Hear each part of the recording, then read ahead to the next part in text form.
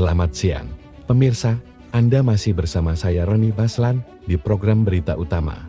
Kami akan melanjutkan laporan kami tentang polemik reklamasi tanpa izin yang dilakukan oleh PT Karimun Marine Shipyard KMS di perairan pesisir Tanjung Balai Karimun, Kepulauan Riau. Reklamasi seluas 150 hektar ini diduga melanggar Undang-Undang Nomor 11 Tahun 2020 tentang Cipta Kerja dan Peraturan Menteri Kelautan dan Perikanan Nomor 31 Tahun 2021 tentang pengenaan sanksi administratif di bidang kelautan dan perikanan. Reklamasi ini juga berdampak buruk bagi lingkungan laut dan mata pencaharian ratusan nelayan di sekitar lokasi. Untuk mendapatkan informasi lebih lanjut, kami akan menyambungkan langsung dengan reporter kami di lapangan, Media Mei. Apa yang terjadi di sana? Terima kasih, Ronen. Saya berada di lokasi reklamasi PT KMS di wilayah Parikrampa, Kecamatan Meral, Kabupaten Karimun. Di sini, saya bersama dengan Ketua Dewan Pimpinan Cabang DPC Himpunan Nelayan Seluruh Indonesia HNSI Karimun, Abdul Latif, yang sedang meninjau lokasi reklamasi bersama pengurus HNSI Karimun.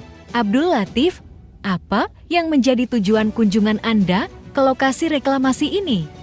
Tujuan kami ke sini adalah untuk melihat langsung kondisi lapangan dan dampak reklamasi yang dilakukan oleh PT KMS terhadap lingkungan laut. Dan nelayan kami juga ingin menyuarakan aspirasi nelayan yang merasa dirugikan oleh reklamasi ini.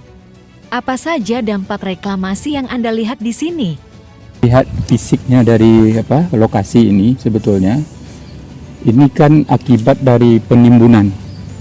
Akibat dari penimbunan ini mengakibatkan dua masalah besar yang terjadi. Yang pertama ini adalah tadinya usaha-usaha nelayan yang bersifat UMKM dan sebagainya, kelompok usaha ini mati karena dia tidak dapat lagi air karena ditutupnya sumber. Dan air melengkung ini ada lebih kurang 4 km lebih, itu tak mungkin air bisa naik ke sini secepat. Satu, jadi akibat dari tertutupnya ini, yang pertama tadi itu, semua yang usaha-usaha yang bersifat usaha untuk meningkatkan ekonomi nelayan terputus semua. Antara lain umpamanya mereka buat tambak udang, mati. Mereka rencananya mau buat karamba, tak bisa. Mereka mau tambak kepiting, apalagi tak bisa. Karena tidak dapat air. Itu yang pertama. Sumber air penyebabnya itu karena ditutupnya laut pantai itu menuju sungai. Nah, yang kedua, yang penyebabnya lagi itu, kalau nelayan kita mau ke tempat di mana dia meletakkan perahu, itu berkeliling sekian kilometer, baru dia bisa masuk sungai. Ini kan satu hal yang membuat menyusahkan nelayan kita. Nah, dalam hal ini kita berharap sebetulnya pihak perusahaan perhatikan lebih cepat ini. Dan kami dari HNSI Kabupaten Karimun akan meningkatkan ini, perhatian ini sampai ke tingkat pusat. Dan kita minta betul-betul ini segera diperhatikan oleh pihak perusahaan agar kedua belah pihak ini paling tidak bisa duduk dulu lah bagaimana menyelesaikan persoalan yang internal ini.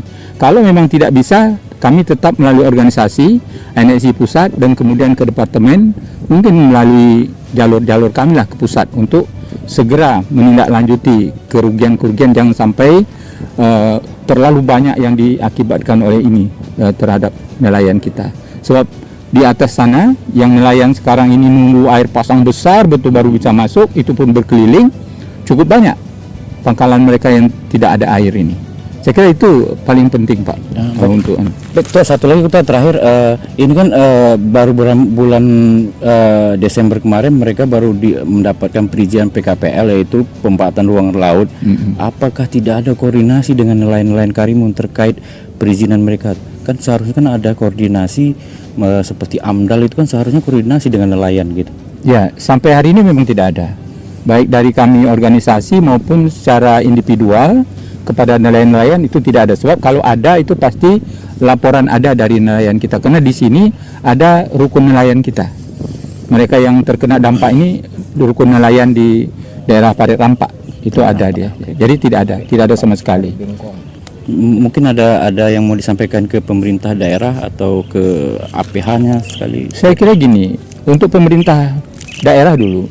Pemerintah daerah itu jangan sembarangan memberi rekomendasi atau memberi izin awal, kemudian bisa ditingkatkan izin sampai ke pusat sana. Karena paling tidak AMDALnya itu kan perlu kajian ulang di daerah kita.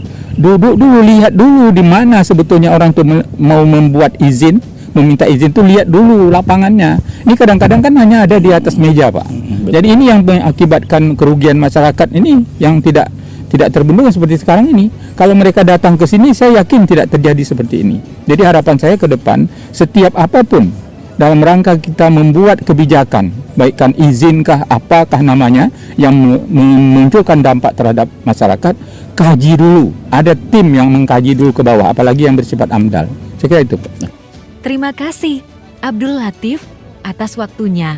Itu tadi Ketua DPC HNSE Karimun yang menyampaikan aspirasi nelayan terkait reklamasi PT KMS.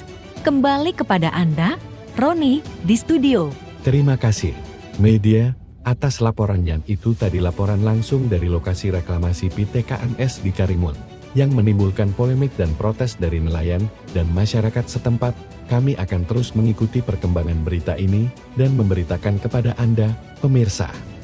Demikian liputan utama kami kali ini. Terima kasih telah menyaksikan program Berita Utama. Saya Roni Baslan, mengucapkan selamat siang dan sampai jumpa di berita berikutnya.